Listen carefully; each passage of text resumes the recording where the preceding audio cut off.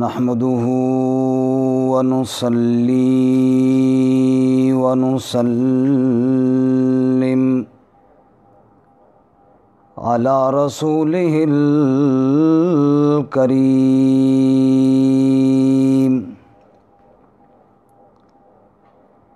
أما بعد فأعوذ بالله من الشيطان الرجيم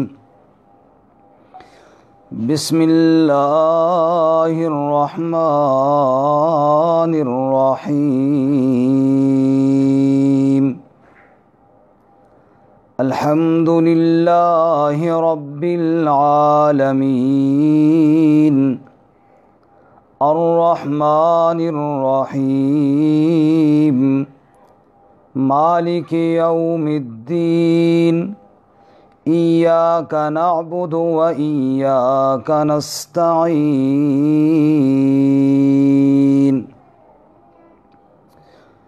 سبحان ربك رب العزة عما يصفون وسلام على المرسلين والحمد لله رب العالمين اللهم صل على محمد وعلى آل محمد كما صليت على إبراهيم وعلى آل إبراهيم إنك حميد مجيد اللهم بارك على محمد وعلى آل محمد كما باركت على إبراهيم وعلى آل إبراهيم إنك حميد مجيد معزز سامعین، گزشتہ درس ہمارا سورۃ الفاتحہ کا تیسرا جملہ مالک یوم الدین سے متعلق تھا۔ اس سے قبل سورۃ الفاتحہ کے فضائل اور الحمدللہ میں پہلا جملہ الحمدللہ جو سورت کا بمنزلہ دعوے کے ہے، اس پر دلائل رب العالمین اللہ کی ذات ہے، لہذا تعریفیں اسی کے لیے ہیں۔ رحمان اور رحیم اللہ کی ذات ہے، لہذا تعریفیں اسی کے لیے ہیں۔ مالک یوم الدین اللہ کی ذات ہے، لہذا تعریفیں اسی کے لیے ہیں۔ آج کا ہمارا سبق اس سے اگلی آیت مبارکہ کا ہے، ایاک نعبد و ایاک نستعین۔ چونکہ قرآن کریم میں ارشاد باری تعالیٰ ہے کہ وما خلقت الجن والانس الا لیعبدون، کہ ہم نے جن و انس کو اپنی عبادت کے لیے پیدا کیا ہے۔ تو گویا کہ ہمارے دنیا میں آنے کا مقصد وہ عبادت ہے، اور ایاک نعبد میں اسی عبادت ہی کا تذکرہ ہے کہ یا اللہ ہم تیری ہی عبادت کرتے ہیں اور کرتے رہیں گے۔ اس لیے یہ بہت ہی اہم مقام ہے، بلکہ یوں کہیں تو بے جا نہیں ہوگا کہ قرآن کریم کا مرکزی عنوان ہے ایاک نعبد و ایاک نستعین۔ اس لیے اس پر انشاءاللہ تھوڑی تفصیل سے بات کریں گے، جو انشاءاللہ ضرور فائدہ مند ثابت ہوگی۔ سب سے پہلے تو عبادت کے معنی پہ غور کرنا ہے کہ اس کا لغوی معنی کیا ہے اور شریعت میں اصطلاحی معنی اس کا کیا ہے۔ اہل لغت نے عبادت کے کئی معنی بیان کیے ہیں۔ مثلا ایک معنی بیان کرتے ہیں کہ عبادت نام ہے عاجزی کے ساتھ اطاعت کرنے کا، یعنی عاجزی بھی ہو اور فرما برداری بھی ہو۔ بعض اہل لغت نے معنی کیا ہے کہ عبادت نام ہے عاجزی کے اظہار کا، اور بعض اہل لغت نے معنی کیا ہے جو بڑا خوبصورت ہے، فرماتے ہیں انتہائی محبت انتہائی عاجزی کے ساتھ جب مل جائے اس کو عبادت کہتے ہیں۔ یہ تو اس کے لغوی معنی ہوئے۔ اصطلاحی معنی یعنی شرعی طور پر عبادت کا کیا مفہوم ہے، تو اس پر بھی مفسرین کے کئی اقوال ہیں، لیکن میں ان میں سے ایک جو بہت ہی موزوں ہے وہ آپ کے سامنے عرض کرتا ہوں۔ فرماتے ہیں کہ العبادت عبارت، عبادت نام ہے عن الاعتقاد والشعور، ایک عقیدے اور ایک شعور کا۔ اور وہ عقیدہ اور شعور کیا ہے؟ وہ یہ ہے کہ میں جس کی عبادت کر رہا ہوں، جو میرا معبود ہے، اس کو ایک غیبی غلبہ حاصل ہے، اور اس غیبی غلبے کے ذریعے وہ نفع اور نقصان پر قدرت رکھتا ہے، اور وہ یعنی علم اور تصرف کے حساب سے، یعنی وہ میرے حالات کو جانتا بھی ہے اور میرے نفع اور نقصان کا مالک بھی ہے۔ یہ دو عقیدے اور یہ دو نظریے جس ہستی کے بارے میں رکھ کر اس کے سامنے عاجزی کا کوئی عمل کیا جائے، وَكُلُّ دُعَاءٍ وَثَنَاءٍ وَتَعْظِيمٍ يَنشَأُ مِنْ هَذِهِ الْاعْتِقَاد فَهِيَ عِبَادَةٌ، کوئی عمل ہو، کوئی آپ عمل کرتے ہیں، کوئی تعظیم کرتے ہیں، کوئی لفظ بولتے ہیں ان دو نظریوں کے ساتھ، تو وہ عبادت بن جائے گا۔ اب اس کو آسان لفظوں میں یوں سمجھیے کہ ہم دو زانو ہو کر بیٹھتے بھی ہیں، استاذ کے سامنے بھی بیٹھتے ہیں، گھر کے اندر کئی چیزیں اٹھانے کے لیے ہم جھکتے بھی ہیں، لیکن وہ جھکنا ہمارا عبادت نہیں بنے گا۔ استاذ کے سامنے دو زانو بیٹھنا وہ عبادت نہیں بنے گا، اس لیے نہیں بنے گا کہ اس کے اندر یہ دو نظریے نہیں پائے گئے۔ عبادت نام ہے ان نظریوں کا اور ان عقیدوں کا کہ میرا معبود علم بھی رکھتا ہے اور قدرت تصرف بھی رکھتا ہے، اختیار بھی رکھتا ہے۔ یہ دو نظریے رکھ کر جو بھی عبادت کی جائے یا جو بھی عمل کیا جائے وہ عبادت بنتا جائے گا۔ اگر یہ اللہ کے لیے رکھیں گے تو اللہ کی عبادت بنے گی، اور اللہ کے علاوہ کسی اور ہستی کے لیے رکھیں گے کہ وہ میرے حالات کو جان بھی رہا ہے، مجھے نفع نقصان بھی پہنچا سکتا ہے، تو وہ اس ہستی کی عبادت بن جائے گی۔ مفسرین فرماتے ہیں کہ عبادت کی تین قسمیں ہیں۔ ایک ہے عبادت قلبی، جس کا دل کے ساتھ تعلق ہے۔ نمبر دو عبادت بدنی، جس کا انسان کے بدن اور وجود کے ساتھ تعلق ہے۔ نمبر تین عبادت مالی، جس کا انسان کے مال کے ساتھ تعلق ہے۔ انشاءاللہ تھوڑی تھوڑی بات ان تینوں پہ کرتے ہیں، کیونکہ سب سے پہلے عبادت قلبی ہے، وہ عبادت جس کا انسان کے دل کے ساتھ تعلق ہے، اور سب سے زیادہ ضروری بھی یہی ہے، کیونکہ رسول اللہ صلی اللہ علیہ وسلم نے ارشاد فرمایا کہ انسانی جسم میں ایک گوشت کا ایسا لوتھڑا ہے، وہ درست ہو تو پورا بدن درست ہوتا ہے، اور وہ بگڑ جائے پورا بدن بگڑ جاتا ہے، اور وہ تمہارا دل ہے۔ تو اس لیے وہ عبادت جس کا تعلق دل کے ساتھ ہے یقیناً وہ سب سے اہم ہے، یقیناً وہ باقی تمام عبادات سے افضل اور اشرف ہے۔ اب وہ عبادت جس کا قلب کے ساتھ تعلق ہے، مفسرین فرماتے ہیں اس قلبی عبادت کی 5 اقسام ہیں، یعنی عبادت کی وہ قسم جس کا دل کے ساتھ تعلق ہے، اس کی آگے 5 قسمیں ہیں۔ وہ نمبر وائز میں آپ کے سامنے عرض کرتا ہوں۔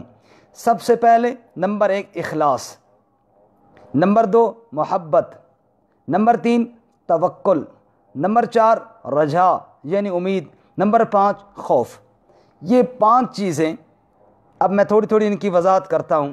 یہ 5 ایسی عبادات ہیں جن کا تعلق دل کے ساتھ ہے۔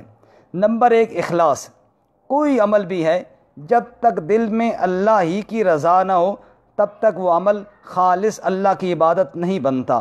ارشاد باری تعالیٰ وَمَا أُمِرُوا إِلَّا لِيَعْبُدُوا اللَّهَ مُخْلِصِينَ لَهُ الدِّينَ، ہم نے باقی اعمال کا حکم تو بعد میں دیا ہے، پہلا حکم یہ دیا ہے کہ جو بھی عمل کرو وہ خالص اللہ کی رضا کے لیے کرو۔ تو پہلی قلبی عبادت وہ اخلاص ہے۔ ایک جگہ اللہ یوں فرماتے ہیں لن ینال اللہ لحومها ولا دماؤها ولکن ینالہ التقوی منکم، اللہ تعالیٰ کے ہاں تمہارے قربانی کے جانوروں کا گوشت اور خون نہیں پہنچتا، اللہ کے ہاں تمہارے دل کا تقوی اور دل کا اخلاص پہنچتا ہے۔ تو قلبی عبادت میں سب سے پہلے نمبر پر وہ کیا ہے؟ وہ اخلاص ہے کہ دل میں صرف اللہ تعالیٰ کی رضا مقصود ہو، اس کے علاوہ اور کوئی مقصود نہ ہو۔ اللہ ہمیں نصیب فرمائے۔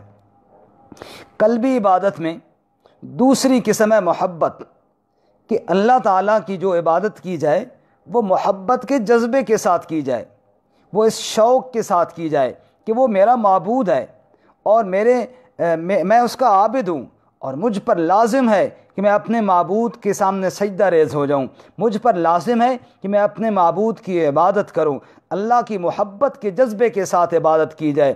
قرآن پاک میں ارشاد باری تعالیٰ ہے، صبغۃ اللہ ومن احسن من اللہ صبغۃ ونحن له عابدون۔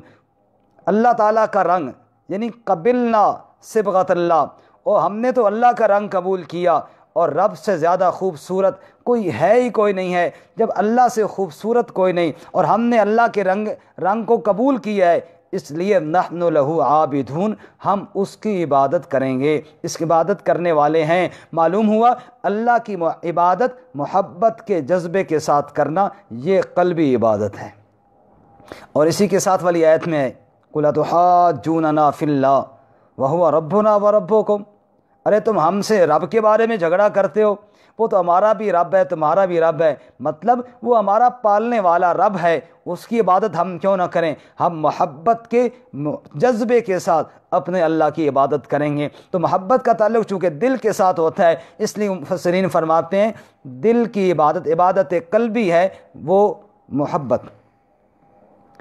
تیسری چیز وہ ہے توکل، یعنی دل کی عبادت، قلبی عبادت میں تیسری قسم ہے توکل علی اللہ، اللہ کی ذات پر بھروسہ، چونکہ بھروسے کا تعلق بھی دل کے ساتھ ہے۔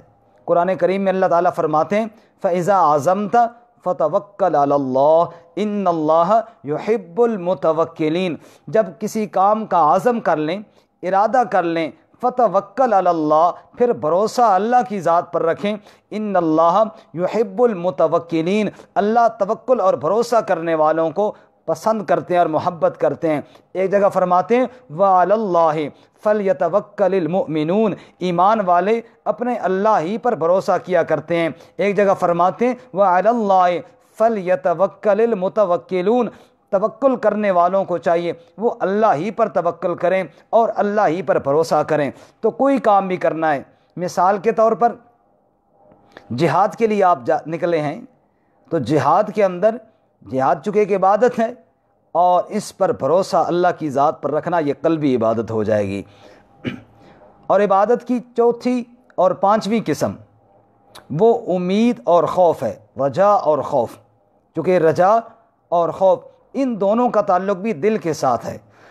اللہ کی ذات سے نا امید نہیں ہونا اور اللہ تعالیٰ کی ذات سے بے خوف نہیں ہونا، دونوں باتیں قرآن پاک میں ہیں۔ فرماتے ہیں فلا یأمن مکر اللہ الا القوم الخاسرون، اللہ کی عذاب سے، اللہ کی تدبیر سے بے خوف ہونے والے ناکام خسارے والے لوگ ہوتے ہیں۔ عقل مند ایمان والے کبھی اللہ تعالیٰ کے عذاب سے بے خوف نہیں ہوتے۔ تو معلوم ہوا خوف ہونا چاہیے دل میں اللہ کا، اور نا امید بھی نہیں ہونا۔ فرمایا لا تیأسوا من روح اللہ انہ لا ییأس من روح اللہ الا القوم الکافرون، فرمایا اللہ کی رحمت سے نا امید نہیں ہونا، اللہ کی رحمت سے نا امید کفار ہوا کرتے ہیں، اہل ایمان کبھی اللہ تعالیٰ کی رحمت سے نا امید نہیں ہوا کرتے۔ الایمان بین الخوف والرجاء، ایمان خوف اور امید کے درمیان میں ہوتا ہے۔ ایک جگہ اللہ تعالیٰ قرآن میں فرماتے ہیں اولئک الذین یدعون یبتغون الی ربہم الوسیلہ ایہم اقرب ویرجون رحمتہ ویخافون عذابہ، میرے بندے وہ ہیں جو میری رحمت کی امید رکھتے ہیں اور میرے عذاب سے ڈرتے رہتے ہیں۔ حضرت سیدنا امیر المومنین عمر فاروق رضی اللہ تعالیٰ عنہ جو کامل الایمان تھے، اور رسول اللہ صلی اللہ علیہ وسلم نے ارشاد فرمایا اگر میرے بعد کوئی نبی ہوتا تو وہ عمر نبی ہوتا۔ عمر فرمایا کرتے تھے مجھے اپنے اللہ پر امید بھی کمال درجے کی ہے، خوف بھی میں اللہ تعالیٰ سے کمال درجے کا رکھتا ہوں۔ اگر یہ اعلان ہو کہ روز محشر سب کی بخشش ہے سوائے ایک کے، تو اتنا خطرہ ہونا چاہیے کہیں وہ ایک میں ہی نہ ہوں۔ اور اگر یہ اعلان ہو کہ جناب سارے جو ہے سب پکڑے گئے، ایک بخشا گیا، تو یہ امید ہونی چاہیے اللہ کی ذات پر کہ انشاءاللہ وہ ایک میں ہی ہوں گا۔ تو یہ 5 معنی میں نے قلبی عبادت کے عرض کیے ہیں آپ کے سامنے، ایک دفعہ پھر دوہرا دیتا ہوں۔ دل کی عبادت کے 5 قسمیں ہیں۔ نمبر 1 اخلاص، اللہ کی رضا کے لیے۔ نمبر 2 محبت، اللہ کی محبت کے جذبے کے ساتھ۔ نمبر 3 توکل، اللہ پر بھروسے کے ساتھ۔ نمبر 4 خوف، اللہ سے ڈرتے ہوئے۔ نمبر 5 رجا، اللہ کی امید رکھتے ہوئے۔ اب یہ 5 معنی ذہن میں رکھ کر ایک دفعہ کہیں ایاک نعبد، اے اللہ ہم تیری ہی عبادت کرتے ہیں۔ گویا کہ نمازی یوں کہہ رہا ہے ایاک نعبد نحبک یا اللہ، ہم محبت کرتے ہیں تجھ سے اے اللہ، نخافک یا اللہ، ہم ڈرتے ہیں تجھ سے اے اللہ، نتوکل علیک یا اللہ، بھروسہ رکھتے ہیں تجھ پر اے اللہ، نرجو رحمتک یا اللہ، تیری رحمت کی امید رکھتے ہیں اے اللہ، اور یہ سارے کام کرتے ہیں اخلاص کے ساتھ اے اللہ، تیری ذات کی رضا کے لیے۔ دل میں بس تو ہی تو ہے، تیرے علاوہ اور کسی کو ہم دل میں جگہ نہیں دیتے۔ تو یہ عبادت قلبی کی 5 قسمیں۔ اس کے بعد عبادت بدنی اور عبادت مالی ہے، بس مختصر سا اس کا عرض کرتا ہوں۔ اللہ تعالیٰ نے جو ہمیں بدن عطا فرمایا، جو وجود عطا فرمایا، اس کو جو حواس عطا فرمائے ہیں، یعنی محسوس کرنے کے ذریعے، وہ 5 ہیں جن کو حواس خمسہ کہتے ہیں۔ میں صرف آسان لفظوں میں بولتا ہوں۔ ان میں پہلی چیز کیا ہے؟ دیکھنا، آنکھوں کے ساتھ دیکھنا۔ یہ اللہ تعالیٰ نے ہمیں ایک محسوس کرنے کا حواس میں سے ایک حص عطا فرمائی ہے، دیکھنے کی حص۔ نمبر 2 سننا، کان اللہ نے عطا کیے سننے کے لیے۔ نمبر 3 چکھنا۔ نمبر 4 ہاتھوں کے ساتھ ٹٹولنا اور محسوس کرنا۔ نمبر 5 سونگھنا۔ یہ 5 حواس اللہ تعالیٰ نے ہمیں عطا کی ہیں، جن بدن کے ذریعے ہم یہ 5 کام کرتے ہیں۔ بول لیتے ہیں، یعنی سن لیتے ہیں، دیکھ لیتے ہیں، محسوس کر لیتے ہیں، سونگھ لیتے ہیں۔ فقہ کے اندر 5 اقسام ہیں۔ نمبر 1 فرائض اور واجبات، جن کا کرنا ضروری ہے ہمارے لیے۔ نمبر 2 جن کا کرنا ہمارے لیے بہت ثواب کا باعث ہے، وہ سنت اور مستحب ہیں۔ نمبر 3 جو مباح ہیں، کر لیں تو ٹھیک ہے، نہ کریں تو کوئی ممانعت نہیں ہے۔ نمبر 4 جو حرام ہیں، جن سے بچنا ضروری ہے۔ اور نمبر 6 جو مکروہ ہیں، جن سے بچنا زیادہ بہتر ہے۔ گویا کہ 5 حواس اللہ نے عطا فرمائے، اور شریعت کے اندر 5 ہی اقسام ہیں احکامات کی، کرنے اور نہ کرنے کی۔ اب بس ان کو آپس کے اندر ان 5 کو ان 5 کے ساتھ جوڑو تو عبادت بدنی اور عبادت مالی نکھر جائے گی۔ میرا بدن ہے اور ادھر فرض اور واجب ہے۔ نماز کا وقت ہو گیا، میرے اوپر پڑھنا فرض ہے، اور اس میں بعض واجبات ہیں، ان پر عمل کرنا میرے لیے واجب ہے۔ اسی طرح میرے پاس وسعت ہے، حج کرنا میرے اوپر کیا ہے؟ فرض ہے۔ رمضان کا مہینہ جیسے ابھی ہیں تو میں صحت مند ہوں، بدن اللہ نے دیا ہے تو روزہ رکھنا میرے اوپر فرض ہے۔ مجھے جو اللہ نے بدن دیا ہے، اس کے ساتھ اللہ نے حکم بھی دیے ہیں، تو جو مجھے اللہ نے اس بدن پر جو احکامات دیے ہیں، ان کا پورا کرنا میرے لیے اسی طرح لازم ہے جس طرح اللہ تعالیٰ نے میرے اوپر لازم فرمائے ہیں۔ اسی طرح اب روزے میں کی حالت میں جن چیزوں کو میرے لیے اللہ نے حرام کر دیا ہے، ان سے بچنا میرے لیے ضروری ہے۔ جو مکروہ ہیں ان سے اجتناب بھی میرے لیے بہتر ہے۔ تو جو حکم میرے بدن کے ساتھ لگتا جائے گا، وہ فرض کی صورت میں ہو تو وہ فرض عبادت ہے، وہ واجب کی صورت میں ہو تو وہ واجب عبادت ہے، وہ سنت کی صورت میں ہو تو وہ سنت عبادت ہے، مستحب کی صورت میں ہو تو مستحب عبادت ہے، حرام کی صورت میں ہو تو اس سے بچنا میرے لیے عبادت ہے، مکروہ کی صورت میں ہو اس سے پرہیز میرے لیے عبادت ہے۔ اسی طرح اب تیسری قسم مال کی ہے۔ میرے پاس مال ہے اور سال گزر گیا ہے تو زکوٰۃ میرے اوپر فرض ہے، تو زکوٰۃ میرے مال کی عبادت ہے۔ میرے پاس مال ہے اور وسعت ہے، حج میرے اوپر عبادت ہے۔ صدقہ خیرات جس درجے کا شریعت نے مجھے حکم دیا ہے، اس درجے کا عمل کرنا میرے اوپر لازم ہے۔ فرائض کی صورت میں فرض ہوگا، واجب کی صورت میں واجب ہوگا، جیسے بھی فطرانہ آئے گا وہ واجب ہے، قربانی آئے گی وہ واجب ہے، عام صدقہ خیرات وہ مستحب کے درجے میں ہے، تو جیسا حکم ہوگا وہ مال کی عبادت بن جائے گا۔ اب گویا کہ نمازی نماز میں یوں کہتا ہے ایاک نعبد، اے اللہ یہ سر سے لے کر پاؤں تک میرا جتنا بدن ہے یہ، اور ایک پیسے سے لے کر کروڑوں روپے تک جتنے تو نے دیے ہیں وہ، میرا بدن سارا اور میرا مال سارا، یا اللہ جہاں جہاں تیرا حکم آئے گا وہاں وہاں میرا بدن بھی استعمال ہوتا جائے گا، وہاں وہاں میرا مال بھی استعمال ہوتا جائے گا، اور جہاں جہاں میرے اللہ تو منع کرے گا وہاں وہاں پر میرا بدن بھی نہیں استعمال ہوگا، وہاں وہاں پر میرا مال بھی نہیں جائے گا۔ ایاک نعبد، تیری ہی عبادت کرتے ہیں۔ تو میں نے مختصر عرض کیا آج کا درس کہ عبادت کا لغوی معنی غایت محبت کے ساتھ غایت عاجزی، اس کو عبادت کہتے ہیں۔ اصطلاحی معنی کہ دو عقیدے رکھ کر کہ میرا معبود علم بھی رکھتا ہے، تصرف اور اختیار بھی رکھنا ہے، یہ دو عقیدے رکھ کر جو بھی عمل کیا جائے وہ عبادت بن جائے گا۔ پھر عبادت قلبی اور پھر اس کی 5 اقسام وہ آپ کے سامنے عرض کی، پھر عبادت مالی بدنی اور مالی، اور یہ 5 حواس اور ان کو استعمال کا اللہ کا حکم، یہ ساری اللہ کے لیے ہیں۔ ایاک نعبد، اے اللہ دل کی عبادت بھی تیرے لیے، یا اللہ بدن اور مال کی عبادت بھی تیرے لیے۔ انشاءاللہ اس پر مزید کچھ گفتگو کل کے درس کے اندر کریں گے۔ جو بیان ہوا جو سنا اللہ تعالیٰ عمل کی توفیق عطا فرمائے۔ وآخر دعوانا ان الحمد للہ رب العالمین۔ السلام علیکم ورحمۃ اللہ وبرکاتہ۔